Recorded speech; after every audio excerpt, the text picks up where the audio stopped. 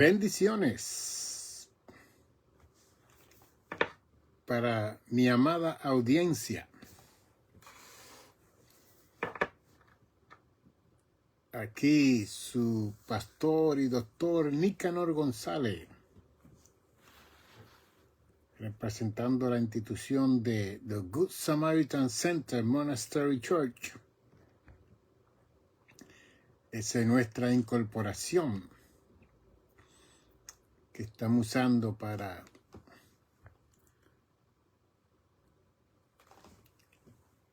nuestros tiempos de ministración y administración en esta tierra que Dios nos concede vivir y existir hasta que el rapto acontezca, el arrebatamiento de la iglesia o la muerte nos alcance. Pero sí hemos incorporado este ministerio con el nombre de Good Samaritan Center Monastery Church. Y estos nombres aparecen porque cuando uno va al City Clerk, al lugar donde se incorporan las incorporaciones, tiene que haber un nombre que otra persona no lo tenga. Porque si usted pone un nombre que otros lo tienen, pues no lo aceptan. Al menos que no le ponga segundo, tercero, cuarto. Y muchas veces cuando eso se hace es cuando ya la iglesia tiene una afiliación de otras iglesias que entonces van a levantarse para seguir el renglón de el número 1, después número 2, número 3. Pero aquí estamos con ustedes. Siempre durante la semana intervenimos y cuando viene el tiempo feriado, el sábado o domingo, muchas veces usamos esos 2 días corridos para intervenir con las enseñanzas apologéticas del Evangelio de Jesucristo y así presentar la verdad de la misma. Y espero que usted reciba el clip, el mensaje de estas programaciones para que así puedas verlo, escucharlo y a la misma vez decirle a otra persona que se apunte en YouTube, Reverendo Dr. Nicanor González, YouTube, y así se inscriben en el canal y así me pueden ver en cualquier momento, por la noche, por el día, por la mañana, en cualquier lugar del mundo. Y aún en la televisión, si tienen YouTube, pueden poner el canal y quizá muchas veces traer a una familia o alguien que tenga duda de alguna enseñanza que yo estoy dando aquí. Y así usted le pone a este maestro para que podamos aprender y crecer en el conocimiento de la palabra de Dios. Como yo me gradué del doctorado en ministerio y concentración en teología, en la iglesia de nosotros hubo una familia que quiso bendecirnos y me llevó a Ecuador, esta familia, y pagaron todo y cubrieron todo, celebrando que su pastor había recibido su doctorado. Y fue un grato momento estar con la familia Pincay allá en Ecuador y la familia de ella. Y ellos habían hecho una casa y fuimos a dedicarla también. Pude predicarle a una iglesia brasileña que estaba allá en Ecuador. Pero dentro del viaje, esta familia tenía otra familia ya que era afluente, personas profesionales que tenían hasta casa de verano en la playa de San Vicente. Y ellos interesantemente me invitaron y pagaron comida y todo en restaurantes, pero me sentaron en la casa que ellos tenían con hamaca, todos estos profesionales, y comenzaron a hacerme preguntas, que ellos sabían que yo era un doctor en teología, y ellos quisieron hacer preguntas. Y la primera pregunta fue: doctor, ¿qué usted cree de la reencarnación? Esa fue la primera pregunta que comenzaron.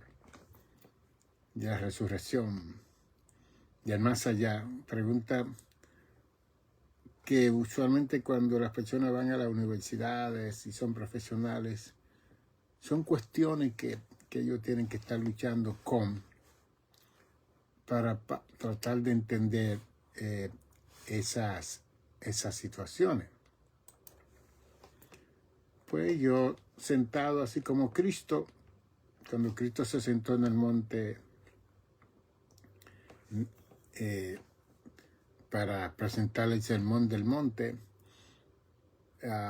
Mateo 5, 6, 7, pues así yo me senté tranquilamente y comencé a contestar preguntas.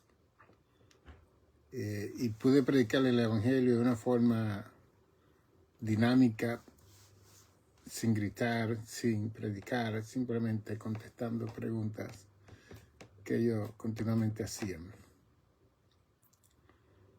Y aquí tenemos un texto bíblico en Eclesiastés 1,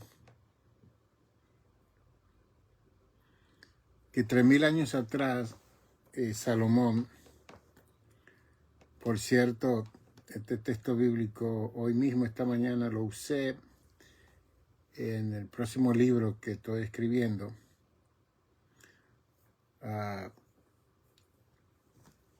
que se llama Que nosotros somos la obra maestra de Dios.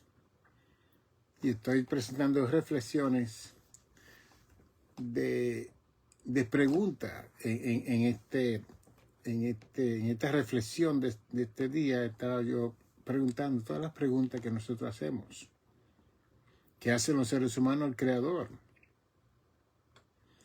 y que hasta el día de hoy se siguen haciendo esas preguntas. ¿Por qué el sufrimiento? ¿Por qué el dolor? ¿Por qué antes de Adán y Eva aquí hubo, había, está una tercera parte de los ángeles que se rebelaron contra Dios, que fueron enviados aquí a la tierra? Y mientras uno crece en el Evangelio, por eso es que yo le digo que la revelación de Dios es lenta, gradual, progresiva y evolutiva. Esas 4 palabras. Y que cuando uno se convierte, uno es una persona ignorante en el conocimiento de la palabra de Dios. Y muchas veces uno entra en ese fervor de la oración, el ayuno, pero con un desconocimiento de la palabra de Dios. Y el movimiento carismático tiene la tendencia de basar a una persona que ora y ayuna como una persona capaz para ministrar la palabra de Dios. Y está esa mentalidad. Una persona que vigila todo el viernes o el lunes o el martes, cualquier día. Una persona que decida ayunar 21 días, 40 días, 50 días. Automáticamente en el movimiento carismático vemos que esa persona se ha hecho poderosa y que por tanto merece subirle los púlpitos de las más de 40 millones de iglesias que hay en el mundo. Y eso ha causado una problemática teológica. Porque cuando una persona decide orar y ayunar sin el conocimiento de la palabra de Dios es un problema.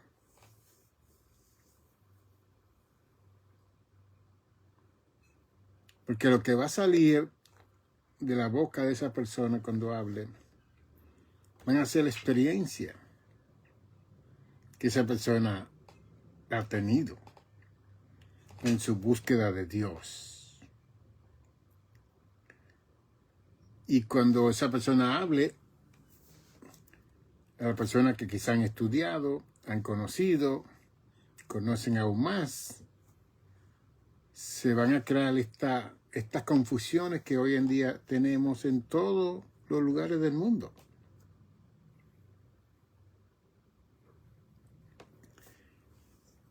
¿Y cómo poder evitar estas cosas y tener el discernimiento para ayudar a esta persona para que no fracasen? Porque es bueno ayunar, es bueno orar. Yo con oración olvídese la vida mía.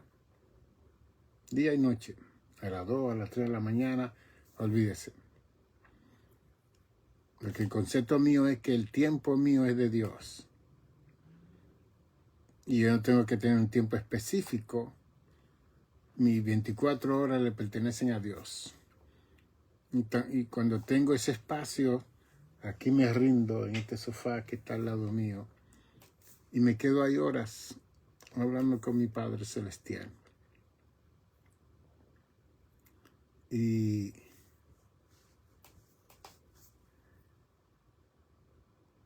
tenemos que hacer una separación con la llenura que supuestamente nosotros recibimos cuando oramos mucho y ayunamos mucho. Y el conocimiento de la palabra legítimo de Dios.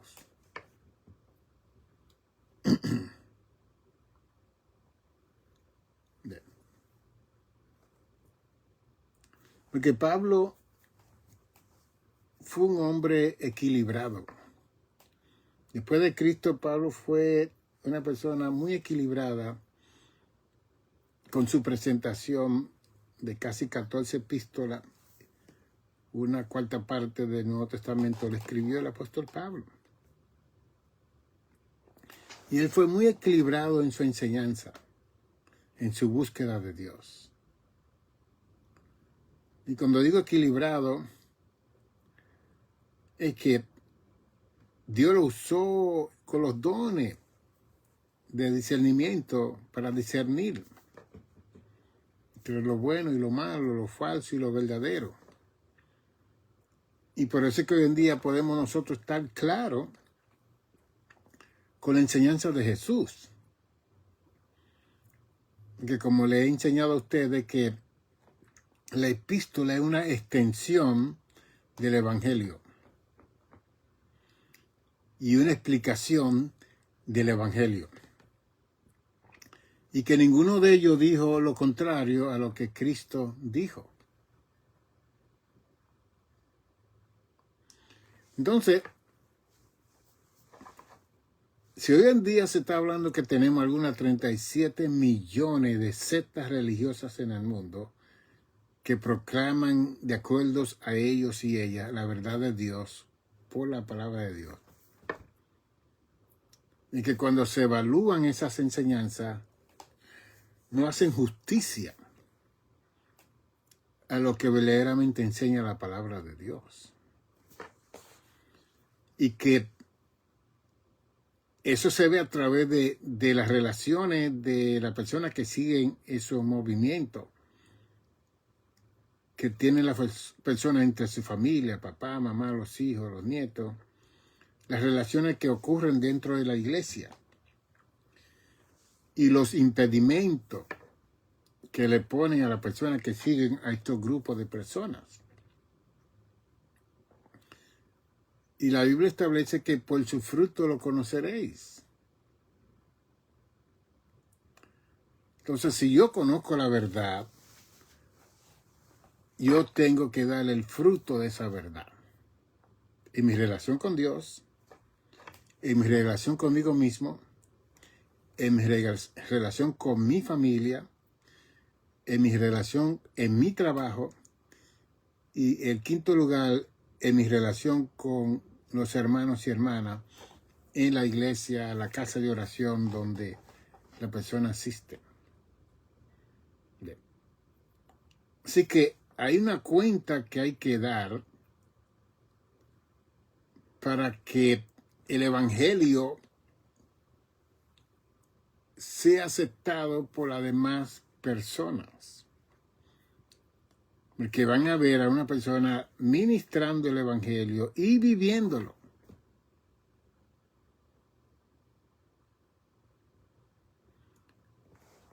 Pero desafortunadamente, las personas que se llenan del supuesto poder que ellos reciben cuando se separan, hacen más daño que bien si no hay un conocimiento claro de lo que es el evangelio de Jesucristo.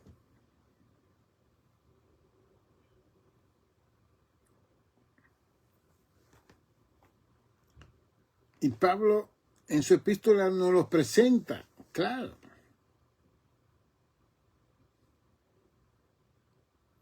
Procura con diligencia presentarte a Dios aprobado. Timoteo, él le dice a Timoteo esas palabras, que no tiene de qué avergonzarte, que traza, que divide la verdad del error.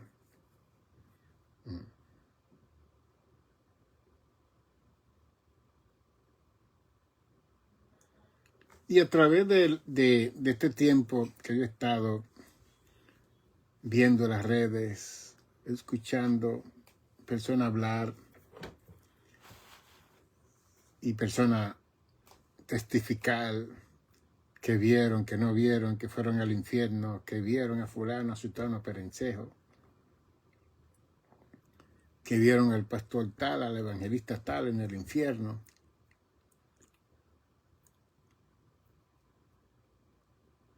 Y la pregunta es, cuando una persona habla así, ¿cómo eso edifica? ¿Cómo eso ayuda a los oyentes? ¿Qué significa eso para la persona que supuestamente vio todo eso?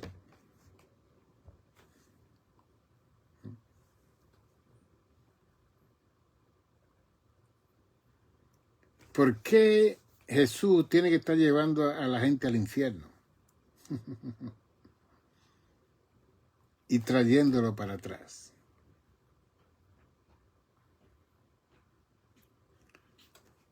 Entonces, si usted no conoce el Evangelio y la palabra de Dios, usted va a creer todo eso, que eso es así.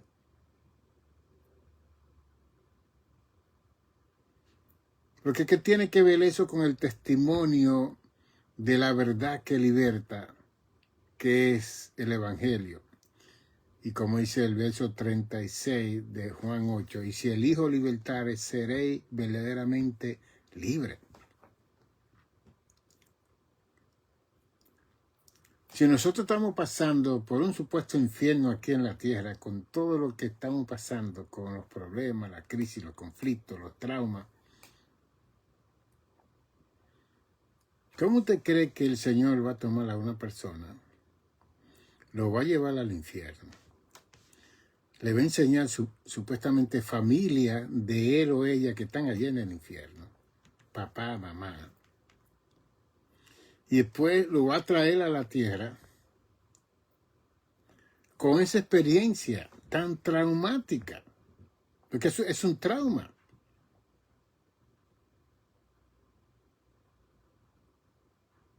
Que el Señor haga eso con usted, conmigo.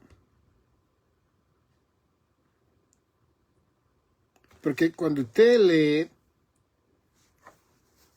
la parábola histórica, y cuando digo histórica es porque había un nombre, porque una parábola es una ilustración terrenal para explicar una verdad espiritual.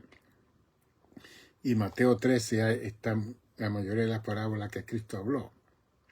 se usa una ilustración terrenal para establecer una verdad espiritual. Cristo usó mucho la parábola.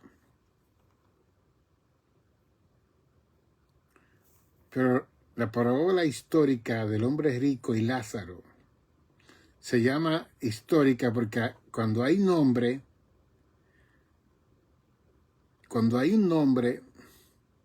automáticamente ya no es una parábola, es un evento que aconteció. Amén. Un evento que aconteció y Cristo habla de ese evento. Y cuando el hombre rico murió, fue al infierno. Cuando Lázaro murió, el mendigo, que no tenía nada, el homeless, el desamparado, dice que los ángeles lo llevaron al seno de Abraham. ¿Qué diferencia? Y lo interesante es que el hombre rico no le puso mucha atención a Lázaro de ninguna forma mientras estaba Lázaro fuera de los portillos de la casa grandota que tenía el hombre rico. Pero cuando estaba en el infierno, él vio a Lázaro en el seno de Abraham. Y comenzó a decirle: Padre Abraham, dile a Lázaro que moje la punta de sus dedos para que lo ponga en mi lengua, porque en este lugar me estoy quemando y estoy en tormento. Es bien interesante esa cosa. Cristo es que narra eso, es el Evangelio. ¿Y qué le dijo a Abraham? Los que están allá no pueden pasar acá, y los que están acá no pueden pasar allá. Cristo narró esa historia. Y hoy en día vemos en las redes gente yendo al infierno como si fueran de vacaciones. Viendo cosas increíbles allá. Y diciendo cosas que cuando usted lo conecta con la palabra de verdad, el Evangelio, no importa la unción y el poder y que la gente se desmayen y brinquen y salen. Mira, olvídese de eso. Cristo fue al mismo infierno para quitarle la llave de la muerte a Satanás. ¿Ok? Y fue el que fue allá. Que la gente tenga un sueño con el infierno, eso es aceptable. Que la gente tenga visiones con el infierno, eso es aceptable. Porque la humanidad está viviendo un infierno aquí en la tierra. Que uno se sueñe, que tenga uno una pesadilla, eso es aceptable. Pero no se puede calificar como una revelación de Dios, porque ya la revelación de Dios se cerró con el Apocalipsis.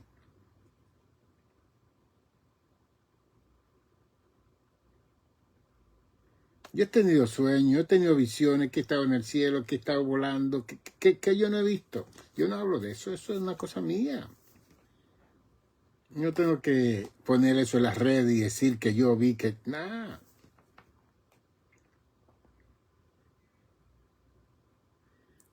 Pero hay personas que tienen unos problemas emocionales en su vida, que cualquier cosita que ven...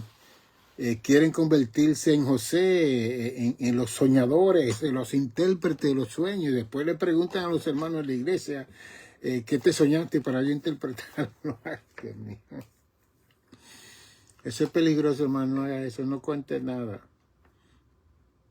Ore a Dios. Señor, me diste este sueño, no lo entiendo, y Dios le va, si hay mensaje en ese sueño, Dios le va a repetir ese sueño de otra forma. Y te va a dormir de nuevo y te va a poder seguir soñando y va a ver cosas.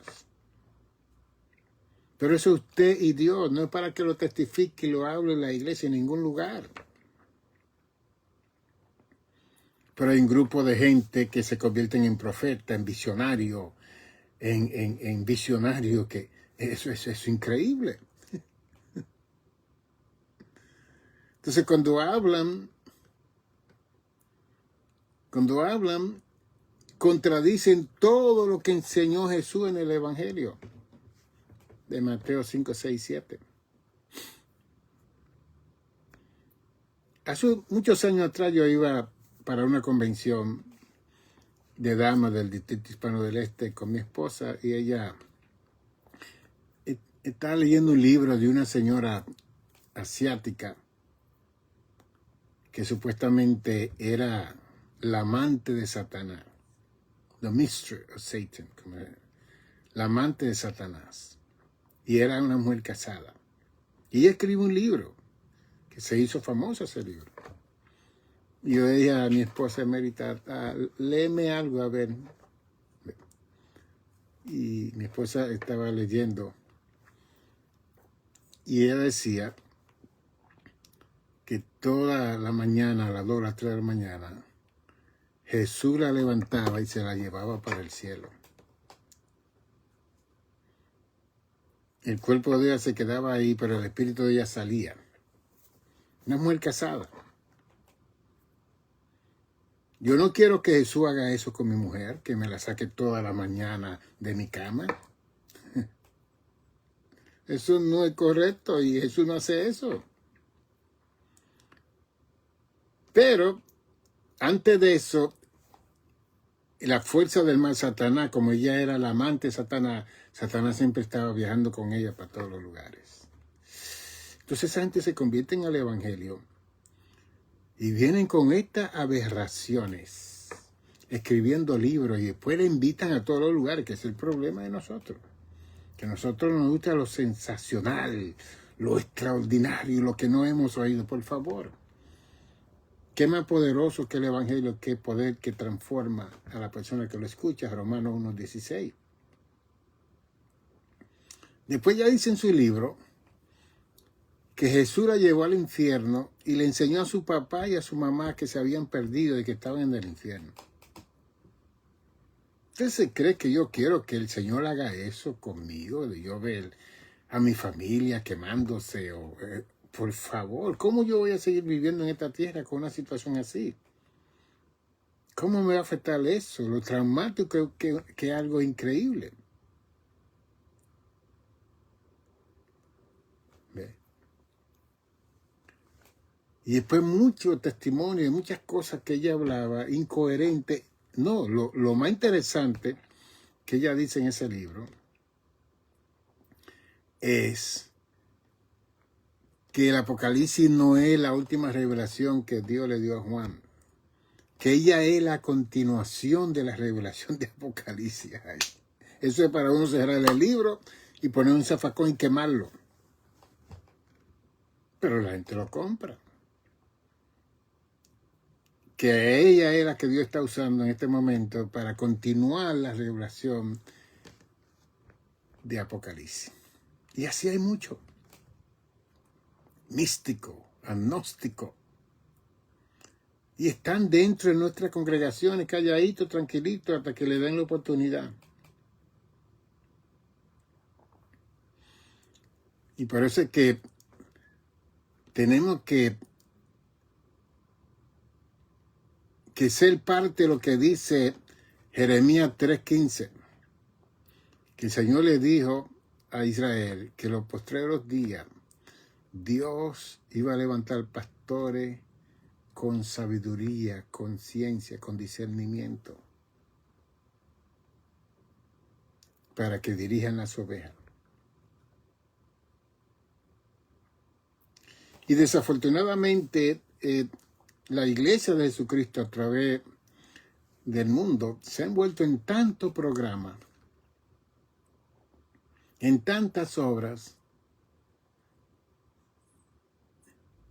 que no hay tiempo para discernir qué en sí está ocurriendo en esta congregación, en esta casa de oración. ¿Hacia dónde vamos? ¿Cuál es nuestra meta? Y para eso se necesitan líderes. Un líder, una líder que dirija a los demás, porque no pueden ser todos líderes. Ouch. Firme, con discernimiento. No, eso va, eso no va. Aún hasta los cánticos, tenemos que reevaluarlo y mirar si glorifican a Dios, si alaban a Dios, si honran a Dios, si honran a Jesucristo, o están honrando a la carne o al ego de la persona que está cantando, o hasta los cánticos en la adoración. Y esa es responsabilidad de esa persona que Dios ha llamado a dirigir esa casa de oración.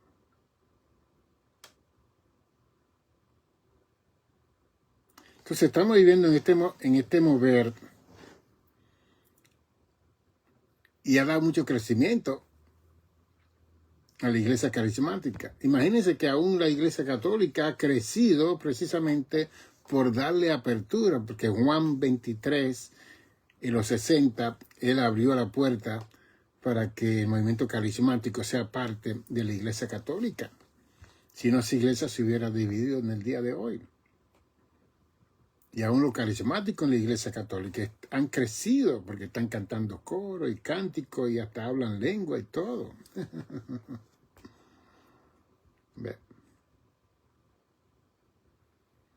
Yo como psicoterapeuta he tenido obreros de esa iglesia que han venido a verme y ellos son gente muy temerosa de Dios y muy llenos de Dios en su forma.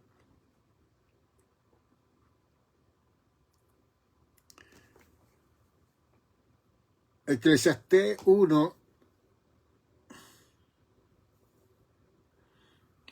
9, Salomón 3000 años atrás dijo, ¿qué es lo que fue? Lo mismo que será. ¿Qué es lo que ha sido hecho? Lo mismo que será. Y nada hay nuevo debajo del sol.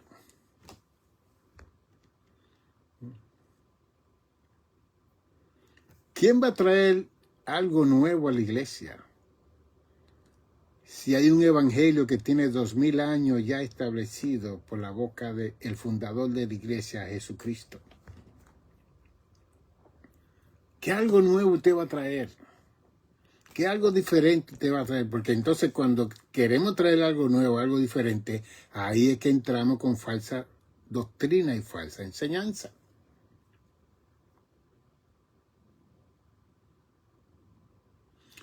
Porque Salomón pudo contemplar en una forma filosófica, espiritual, y pudo hacer la pregunta, no hay nada nuevo debajo del sol. Mire el ciclo de la vida. Mire la humanidad, los 8.1 billones de habitantes que hay. Mire todas las iglesias que hay en el mundo. ¿Qué hacemos nosotros? Cantamos, adoramos, predicamos, oramos, ayunamos, damos diezmos y ofrendas y nos vamos a la casa. Un ciclo. Pero hay personas que no se conforman a ese ciclo, a esa forma. Tiene que haber otro movimiento, otra cosa.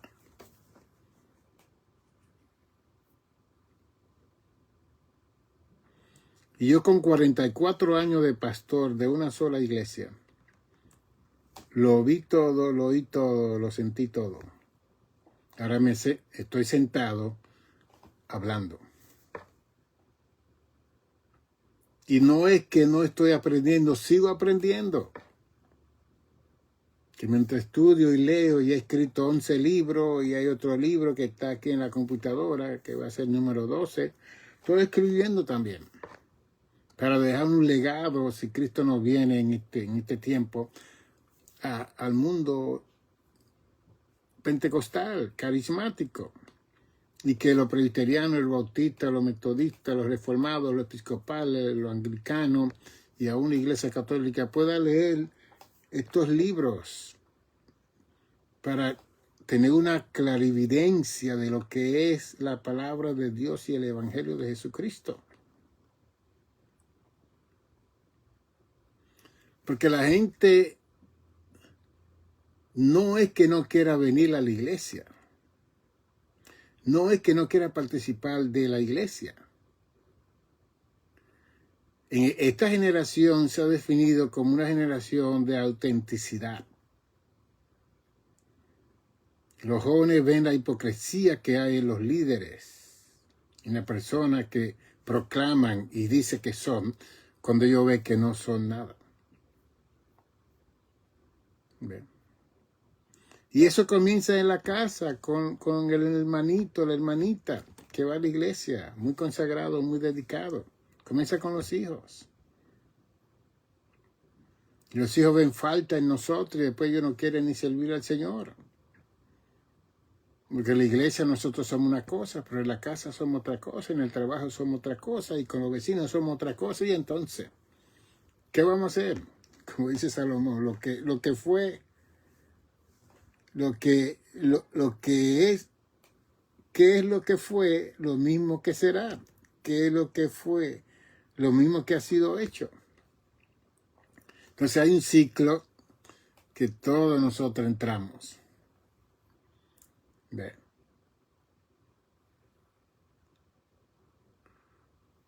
El padre está en la casa y le dice a su hija, si alguien llama, dile que yo no estoy. ¿Ok? Alguien llama, quiere hablar con tu papá, él no está. ¿Qué está haciendo la niña? Mintiendo. Después ese hermano o hermana va a la iglesia y comienza a predicar, porque los mentirosos no entran al reino de los cielos. Ahí está la niña escuchando eso. Ahí está. La autenticidad de dar un verdadero testimonio. Yo como pastor una vez le dije a mi hija, si llaman, dile que yo estoy recuperándome, reposando, y que solamente si no es una emergencia, yo no voy a acudir a la situación. Y alguien llamó, precisamente. Ella no le dijo que yo no estaba. Y ella le dijo a la hermana, mi papá está reposando. Y la hermana le dijo, ¿y el pastor reposa?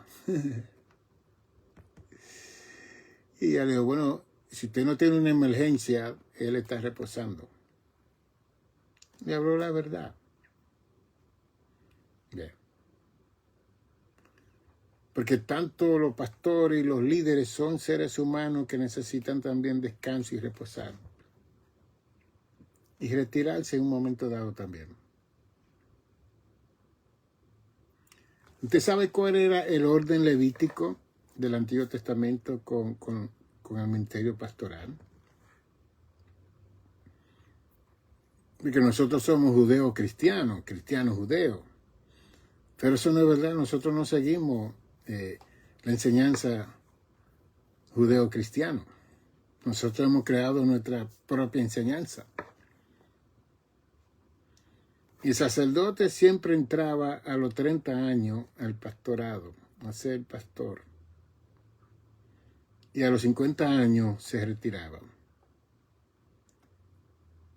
Y como los levitas tenían su propia tierra, sus propias casas, porque ellos vivían de los sacrificios, de las ovejas que sacrificaban, de las ofrendas, los levitas vivían de eso.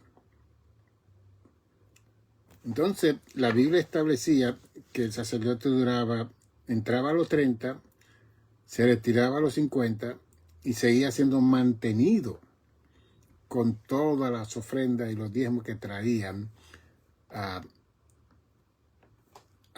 templo, al tabernáculo de reunión cuando era el templo de Moisés, al templo que hizo Salomón. Pero el sacerdote, que fue una vez sacerdote, lo ponían a limpiar el templo, lo ponían de portero, lo ponían a ser carpintero, a arreglar el tabernáculo del templo. Siempre estaban en funciones. Pero en el lugar santo estaba el grupo de sacerdotes que estaban haciendo los sacrificios en el lugar, en el patio, en el lugar santo, y una vez al año el sumo sacerdote entraba al lugar santísimo. a presentar la oveja y la ofrenda de sacrificio por todo el pueblo. Pero es bien interesante que duraban 20 años ministrando y seguían en el templo y hacían ese trabajo. La otra cosa es que los judíos iban una vez al tabernáculo de reunión en el tiempo de Moisés, y cuando Salomón hizo el templo, ellos iban una sola vez en semana. Todos los demás, los 6 días, estaban trabajando.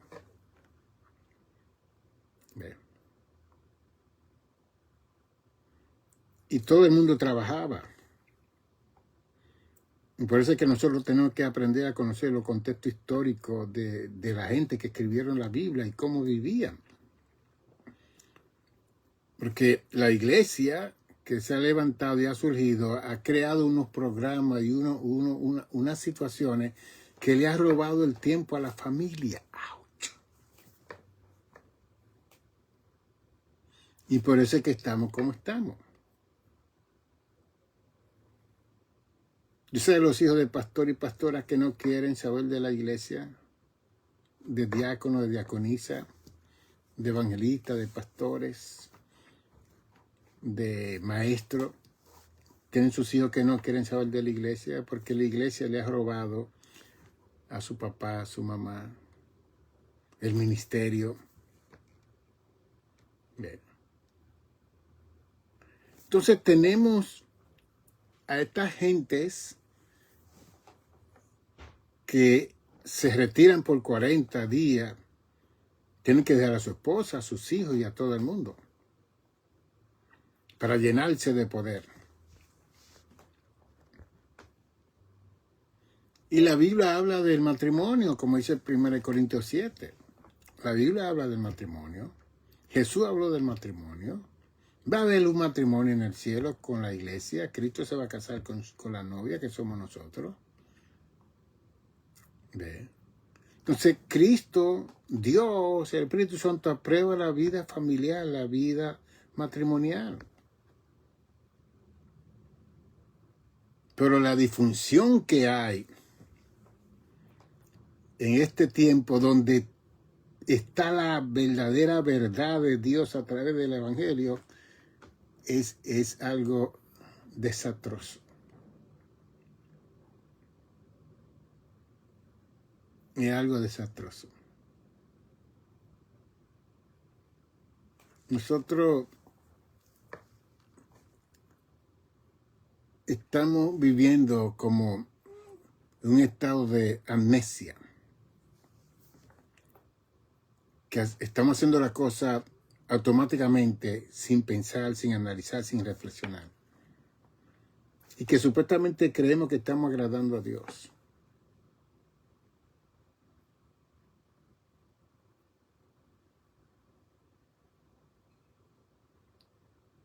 En un momento dado yo le dije a mi hija, mira, yo te amo a ti tanto que si yo tengo que dejar el ministerio y la iglesia y todo, para que tú ames a Dios y sirva a Dios, yo no tengo problema de hacer eso.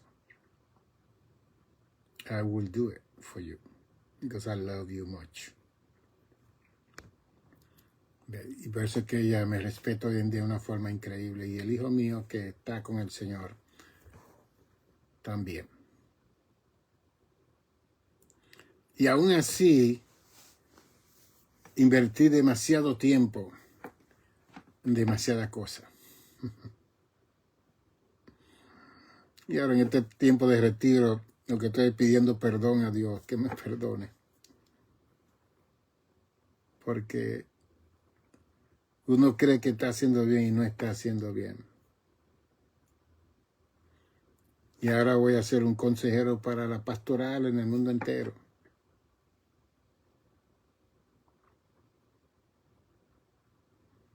Oí un pastor que dijo, si mis hijos no se salvan por causa de yo estar en el ministerio, yo no quiero entrar al cielo y ver a mis hijos que estén siendo echados al infierno. Cuando no puede cuidar lo que Dios me dio a mí. Wow, eso está poderoso. salvo a toda mi comunidad, a todo el mundo de la iglesia, y mi familia se me pierde. Eso es inaceptable. Y esa es la conciencia que yo voy a seguir creando a la pastoral, a los evangelistas, a los predicadores, que están faltos de fe. Mire, voy a explicar esto, ¿no? Porque ellos piensan que Dios los mandó a ellos a salvar al mundo. ¿Quién te dijo eso? Este mundo es de Dios. Salmo 24 que dice, de Jehová es la tierra y su plenitud, el mundo y lo que en él habitan. De Jehová es la tierra y el mundo y lo que en él habitan. Este mundo no es mío, es de Dios.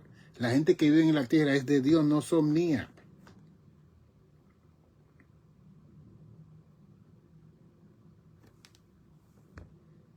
Y hoy en día tenemos líderes que dicen que son pastores de 30,000 miembros. ¿Dónde cabe eso en la cabeza? 15,000 miembros. Si la estadística establece que cuando la iglesia ya tiene 100 miembros, ya el pastor no puede cubrir la necesidad de 100 personas. Pero es el tiempo que nos ha tocado vivir. Cristo tenía miles de gente que lo seguían, pero eran 12 que le estaba preparando para que siguieran el ministerio. 12. Israel, la primera iglesia, eran cultos en los hogares que se hacían. Los hogares eran las iglesias. Antes de la persecución, la iglesia era judía y ellos iban a la sinagoga, pero cuando Pedro, Dios lo usa para sanar ese cojo y ese cojo comienza a saltar y a brincar en agradecimiento a Dios, lo botaron a todos fuera. Que los judíos no funcionan en esa capacidad. Y después vino la persecución. Se fueron a Antioquía. Se fueron a Roma. Que vino esa tremenda persecución.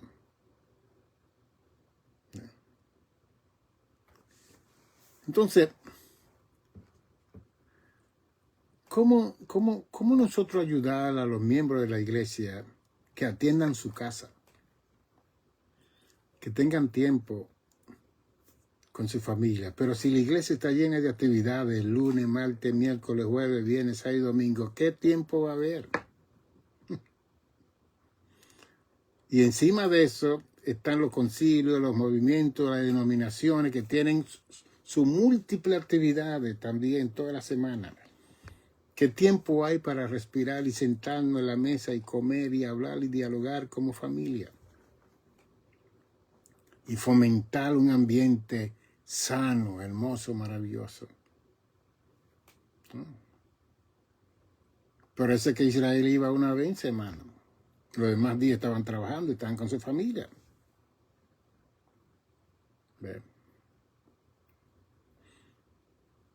El movimiento pentecostal comenzó en el 1906 aquí en los Estados Unidos con Joseph Seymour, un esclavo tuerto de un ojo de 6 pies, familia de esclavos. Dios usó a este hombre en Azusa, en el 312 de Azusa Street, allá en Los Ángeles. Que fue en el 1906. Para el 1913 hubo una reunión de toda la gente que habían sido bautizados con el Espíritu Santo. Y ya para el 1914 ahí nace lo que se llama las Asambleas de Dios.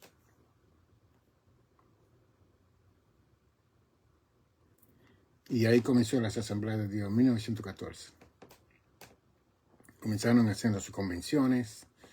Había una integración de toda la gente que habían sido bautizados, que hablaban en otras lenguas en el Espíritu Santo. Para el 1916, el avivamiento movió a la Asamblea de Dios y a estos concilios que se levantaron a diferentes estados para administrar la palabra de Dios. Y unos misioneros fueron a Hawái y ahí le ministraron a Juan León Lugo, que para el 1900 hubo una diáspora de puertorriqueños que vinieron acá por situaciones que había en la isla. Y Juan León Lugo La mamá del primero se convirtió. Ella estaba en otra isla. Y después ella fue a ver a su hijo y le dijo a Juan León Lugo, su mamá, ya yo no hablo mala palabra. Y entonces Juan León Lugo oyó ese testimonio de su mamá y la vio que estaba dando testimonio y él quiso aceptar, y él aceptó a Cristo. 1916.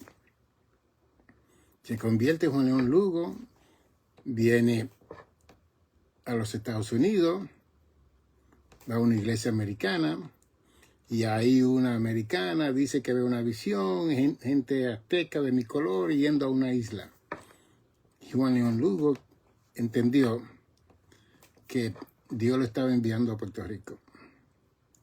Ya para el 16, 17 y 18, Juan León Lugo va a la cantera de Ponce, predica de día y de noche, se convierte en un montón de gente y entonces decide también ir a la República Dominicana y decide venir a Nueva York. Cuando él salió de Puerto Rico, dejó 49 puntos de predicación en Puerto Rico, en la isla de Puerto Rico. Cuando él vino aquí a Nueva York, solamente encontró 25 iglesias pentecostales. Tengo la historia en la cabeza porque eso tiene que ver con el libro de la tesis doctoral que yo escribí. Y tengo que hacer entrevistas con gente superintendente y gente que conocieron la historia. Y para 1931 hubo una diáspora de puertorriqueños porque vino la Gran Depresión en el 1929 y no había alimento en Puerto Rico y el puertorriqueño vino para acá. Y Juan León Lugo vino también. Mientras que allá en Alemania estaba Adolfo Hitler tratando de matar a todos los judíos. Era un tiempo bastante crítico. La gente hacía fila del Bronx a Manhattan para buscar una manzana. La gente iba a buscar su dinero del banco y el banco no tenía dinero. Esa fue la Gran Depresión. Parece que hoy en día ahora hay un FDIC, que es donde el banco, el gobierno federal, cubre a la persona hasta $250,000, que si se ve en bancarrota, el gobierno le va a cubrir a la persona. Y los pastores tienen que entender estas cosas también.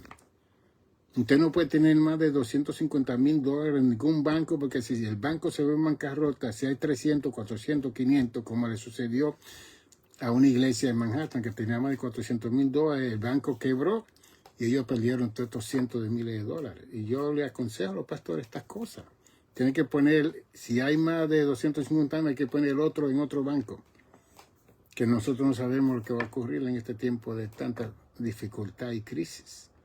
Hay que guardar las finanzas que Dios nos da a nosotros. Eso es ser bueno mayordomo. Yo estaba muy pendiente de todo esto, porque yo no solamente predicaba, yo administraba, porque es importante predicar, pero muchos ministerios se están perdiendo por la falta de administración de los bienes y las cosas que se ven de hacer en un santuario, en una casa de oración. Luego todo esto yo lo hablo a los pastores cuando me invitan a dar conferencias en todos los lugares donde me invitan, que yo voy a convenciones, pero ya me estoy abriendo poco, estaba 2 años tranquilito, ahora estoy más abierto para hacer estas cosas que estoy presentando. Y espero que ellos oigan esto que estoy enseñando, o mándeselo, usted es un pastor, mándele, reverendo doctor Nicanor, YouTube, que se inscriban, para que oigan estas cosas y no fracasen antes de tiempo. Porque todo esto produce fracaso. Bien. Y aquí estamos trayendo estas reflexiones para que estemos ubicados con la verdad que va a libertar a las personas. Y te han visto últimamente un montón de pastores que han tenido que renunciar de iglesias de 15 y 20 mil miembros por situaciones difíciles.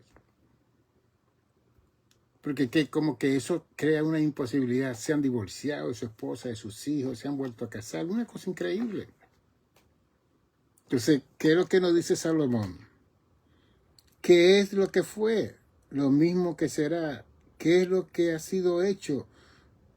Lo mismo que será. Y nada hay nuevo debajo del sol. Yo voy a una conferencia de un pastor que tiene 15,000 miembros y él nos está diciendo a nosotros los pastores, no estén comprando templos grandes y no estén teniendo tantos miembros, comiencen a dividir, a repartir a los miembros, a los líderes para que abran otras iglesias. Y él decía, yo estoy gastando $150,000 mensuales solamente para mantener el edificio, decía él. Y después nos decía, tengo 15,000 miembros y cuando hago las reuniones de negocio solamente vienen 150 personas.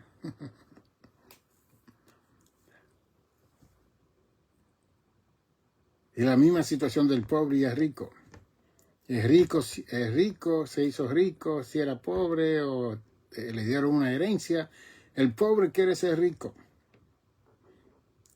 Entonces los ricos están diciendo, no vale la pena. Hoy en día yo soy rico y no puedo comerme un bistec porque tengo el estómago afectado, las tensiones de mantener esta riqueza, las depresiones, estoy viviendo antidepresivo, tengo problemas con el corazón, con los pulmones. Por favor, lo mismo que alguien hizo, ¿por qué usted lo quiere hacer y hundirse también? Vamos a parar la locura de nuestra existencia de vida. Y vamos a ser felices. Si es casada, sea feliz con su esposo, sea feliz con su esposa. Tiene hijos, sea feliz con sus hijos. Saque el tiempo de calidad con cada uno de ellos.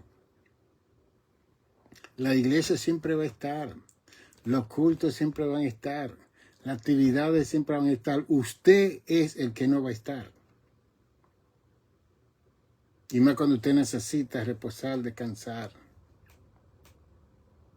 Mire la locura mía cuando yo comencé el ministerio. Yo tenía 23, 24 años. Apenas recién casado. Entré al ministerio a pastorear 15 hermanos. En un storefront shop, un edificio que tenía un apartamento abajo que era de 90 de largo por 13 de ancho, con una lucecita encima del púlpito. En la 134 y los miembros vivían aquí en la 198. Y yo tenía que tocar el acordeón,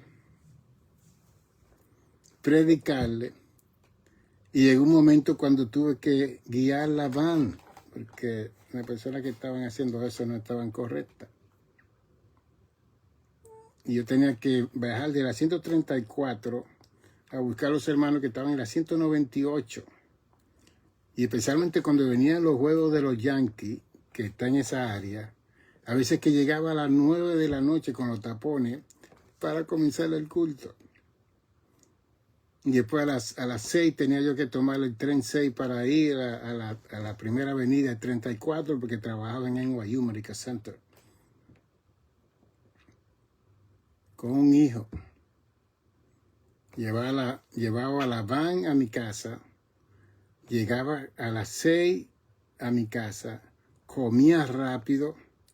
Tomaba a mi esposa emérita y a Nick. Lo montaban en la van. Y ahí salía yo para buscar todos los hermanos en la 198 y por toda esta área por aquí para llevarlo a la 134. Me salió a los 6 meses, me salió una úlcera duodenal. Tensión, estrés, trabajando 40 horas. Y con todos los servicios que habían en aquel entonces. Todavía siguen todos esos servicios. A veces que estaba guiando y tenía náuseas. Y yo le pedí a Dios, Señor, por favor, no me avergüence y que no vomite yo en la van con los hermanos que vieran eso. Y como estaba en NYU Medical Center, fui al doctor. Que yo tenía un seguro increíble en ese lugar. Y el doctor me preguntó, aparte de tu trabajo aquí, ¿qué más tú haces? Yo le dije, yo soy pastor. Entonces, ¿cómo dijo? No wonder. Ser pastor. Solamente mencioné la palabra pastor. Y estamos hablando de 15, 16 hermanos que estaba pastoreando en aquel entonces, en el 79.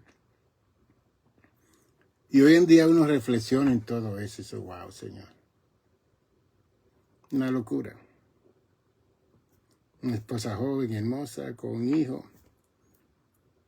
Y nos dedicamos a ayudar a este grupo de hermanos, a enseñar. Y después que estaba de pastor a tiempo parcial, sin salario, que no hubo salario hasta 6 años, tuve que crear yo ese salario. Trabajaba 40 horas en NYU Medical Center.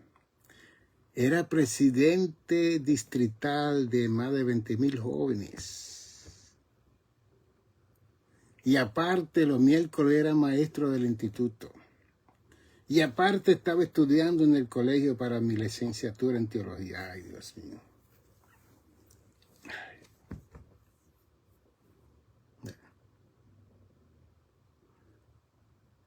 Entonces, uno casado, criando hijos, nadie se preocupa, nadie se sentó para darle una mejor situación de vida, porque ese era el renglón de aquel entonces. Levantar la obra, salvar a las comunidades. Así comenzamos nosotros, en quebranto. Pero sí confronté a Dios, le dije, Señor, tú no me llamaste a mí para yo tener úlcera. Tú me sanas o yo dejo todo. Y el Señor parece que me vio en serio lo que yo dije y Él me sanó de eso. La úlcera era duodenaria, estaba fuera del estómago, en los intestinos menores.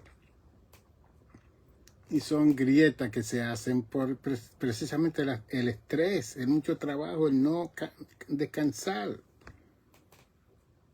Por eso estudié psicología, para ayudar a las personas a estar quietos, a descansar, a sacar tiempo para sí mismo.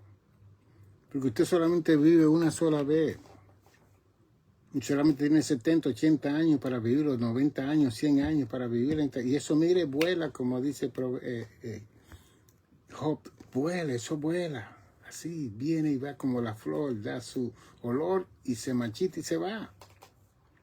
Y la pregunta es, ¿qué hicimos? ¿Qué hicimos? Bien. Y cuando yo veía a un hermano que estaba todos los días en la iglesia, yo lo llamaba a la oficina y le decía, ¿qué está sucediendo en su casa? Porque usted está, no, que Dios me llamó a la iglesia. No, Dios lo llamó a atender su casa. No es para estar aquí. Vaya a atender a su esposa y sus hijos.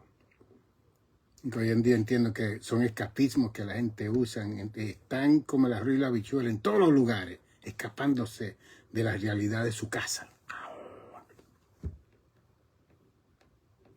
Tienen problemas con la esposa, que no la quieren ver, con el esposo, no lo quieren ver. Pastor, yo estoy aquí, úseme como usted quiera.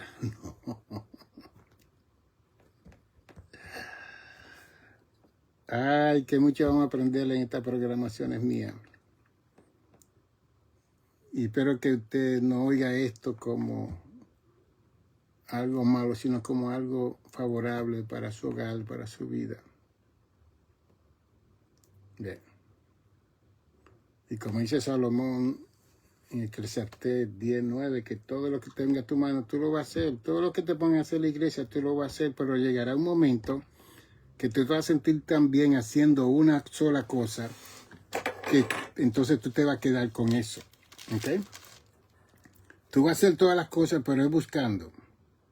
Eclesiastés 9:10, ¿no? Todo lo que te viniere a la mano para hacer, hazlo según tus fuerzas. Porque en el Seol, a donde vas, no hay obra, ni trabajo, ni ciencia, ni sabiduría. Así que hay una condición. Si tú no tienes fuerza, tú no haces nada. Si tú te enfermas, tú no haces nada. Si estás quebrantado de salud, tú no haces nada. No puedes. Tienes que atender tu cuerpo, que es templo del Espíritu Santo. Ouch. Entonces yo siempre enseñaba con este versículo que en la iglesia hay mucho ministerio, hay muchas cosas que hacer. Entonces usted va a hacer las cosas que usted sabe hacer. Y cuando usted vea que ya usted está establecido con algo que le gusta hacer, hágalo bien, perfecto, haga eso, siga con eso. Pero no se envuelve en todas las cosas. Entonces uno tiene que crecer y madurar y llegar a una edad para uno realizar que uno no estaba bien, con todas las responsabilidades. Llegó un momento que yo era asistente a superintendente, era presbítero del Bronx de 36 iglesias. Llegué a ser presbítero general del Distrito Hispano del Este, que pertenecía a un cuerpo que hacía decisiones para 55 millones de seres humanos. Tenía que estar 2 veces en Springfield, en 2 o 3 días en esas reuniones con todas esas personas. Y era pastor encima de eso, y maestro, y estudiante del seminario, y haciendo tesis doctorales. Que la gente siempre me preguntaba, Nicanor, ¿cómo tú lo puedes hacer? Bueno, haciendo un presupuesto de mi tiempo, usando todo el tiempo que yo puedo para hacer lo que necesito hacer. Lo bueno es que el estudio es un tiempo, el trabajo es un tiempo, todo tiene un tiempo. Como dice Eclesiastés 3, todo tiene su tiempo. Hay veces que usted va a hacer algo, pero no es para que se quede ahí. Haga eso, termínelo y deje que otro haga y siga caminando. Que muchas veces uno cree que teniendo muchas posiciones, que eso es una gloria. No, eso es una destrucción para tu hogar, para tu vida, para tu vida física, para tu salud, para todo. Siéntete bien haciendo algo que tú te sientas cómodo, feliz, contento, haciéndolo. Ya sea en la iglesia, en tu casa, en cualquier lugar. Aprende a sentirte bien. Yo me siento bien viniendo a ustedes, compartiendo estas enseñanzas con ustedes. Me siento bien cuando me invitan a dar conferencias de matrimonio en diferentes lugares, a los pastores, en convenciones, y me preparo.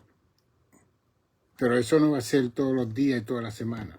Eso va a ser ocasionalmente, que ya yo me retiré. Y quiero honrar mi retiro y mi salud. Porque una persona como yo la pueden ocupar, a mí me invitan a tantos lugares a través de estos programas. Hay gente que me han visto en Uganda, en Etiopía. Reverendo, queremos que venga a nuestro país. Yo no soy misionero ni evangelista, ya yo me retiré, yo estoy aquí, yo voy a militar de aquí, este va a ser mi púlpito. Con The Good Samaritan Center Monastery Church, con esa incorporación que estamos usando para presentar todo esto. Y que la gente pueda comprar estos libros que tenemos, ¿ven? Hacia una teología de acción y reflexión pentecostal. Estos libros los tenemos en casa. Este libro, El juego de la vida, lo tenemos aquí en casa. Tu percepción determinará el destino de tu vida, lo tenemos en casa. Conócete a ti mismo, lo tenemos en casa. Conflicto, posibilidades extraordinarias para la vida, lo tenemos en casa. Los cruces transaccionales entre las familias. Este es un libro muy bueno para los que se quieren casar, los que están casados. Cómo van a cruzar todas esas cosas que van a venir a su vida. Reacciones. Este es un libro que lo compran muchas personas, donde se presenta que todas las reacciones de nosotros son secundarias porque vienen de una causa primaria. Y que aunque nosotros no somos psicólogos, ni psiquiatras, ni social work, por lo menos cuando leemos material como este, vamos a tener una capacidad de ver por qué mi hija está reaccionando así, por qué mi esposa está reaccionando así, por qué mi esposo está reaccionando así, por qué algún hermano en la iglesia está reaccionando así, porque son cosas secundarias, porque hay una causa primaria que yo presento, que se busque la causa primaria. Interpretando lo incomprensible de la vida existencial en este libro. Este libro, yo hablo que hay una situación incomprensible en el universo. Que por lo menos comencemos no a comprender o entender, sino a conocer esa incomprensión. Que posiblemente mientras conocemos esa incomprensión, vamos a tener una idea mejor de lo que está sucediendo. Como la caída de Lucero del cielo, el capítulo 15 habla de esa caída. Este libro ya no me queda 1 o 2, El consejero senador con Dios. Tengo que mandar a hacer más de este libro. Esta fue la tesis doctoral mía en la clínica que lo traduje en español, porque esas tesis fueron en inglés todas. Aquí yo presento que ningún consejero puede ayudar a la criatura de Dios si ese consejero no conoce al creador de la criatura. Me gustaría que los psicólogos compren este libro y los psiquiatras para que ellos entiendan que hay que estar conectado con el cielo para poder ayudar a la criatura de Dios. Esta fue la tesis doctoral mía en el Seminario Teológico de Nueva York, Movimiento y Concepto, donde yo presento cómo interpretar el texto bíblico conociendo el contexto histórico del texto bíblico. Un buen libro, está en hardcover. Tengo miles de estos libros en casa que tenemos que venderlo porque este dinero es para invertirlo para estos libros y mandarlo a Amazon. Y el más reciente es este. Este está en Amazon. Usted pone Reverendo Dr. Nicanor González, Amazon, La incomprensión del mal y la santidad de Dios. Aquí hay 345 páginas donde usted va a disfrutar y va a entender qué es la santidad de Dios. Va a conocer qué es la santidad de Dios y qué es el mal que existe en toda la humanidad. Y cómo la santidad de Dios le dice a toda la gente mala, vengan a mí. Como dice Mateo 11:28. Todos los cargados y trabajados, venid a mí y descansad.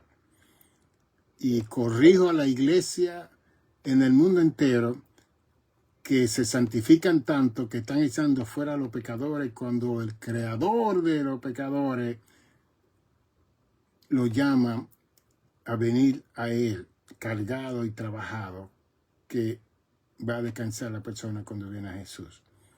Ve, aquí yo enseño estas cosas para que nosotros podamos crecer, conocer, entender. Mañana esté pendiente, posiblemente por la tarde, cuando ya las personas salgan de su servicio, sacaré un tiempito para seguir conversando con ustedes, a ver qué es lo que nos quiere decir Salomón, que no hay nada nuevo debajo del sol. Entonces, hoy en día la gente quiere tener nueva revelación, nuevo entendimiento, nueva comprensión. Ya todo está hecho, ya todo está establecido. Tengamos la fe y cumplamos lo que dice Mateo 24:13. Mas el que persevere hasta el fin, este será salvo. Trate de hacer eso. Haga todo, pero sea salvo. Y comience a invertir su tiempo de vida y adecuadamente y apropiadamente. Yo no le digo sí a todo. Yo no acepto todo. Yo no voy a ir a todas las invitaciones que me hagan. Yo voy a cumplir con lo que tengo que cumplir. 646 es mi número. 755-1290. 646-755-1290. Si usted quiere una sesión terapéutica, una conferencia, me deja saber con tiempo y arreglamos con el calendario para ver si podemos hacerlo. Bendiciones. Mañana nos veremos por la tarde. Salud y paz. Muy bien. Dios bendiga a Paola y todos esos hermanos y hermanas que se han comunicado con este canal. Bendiciones.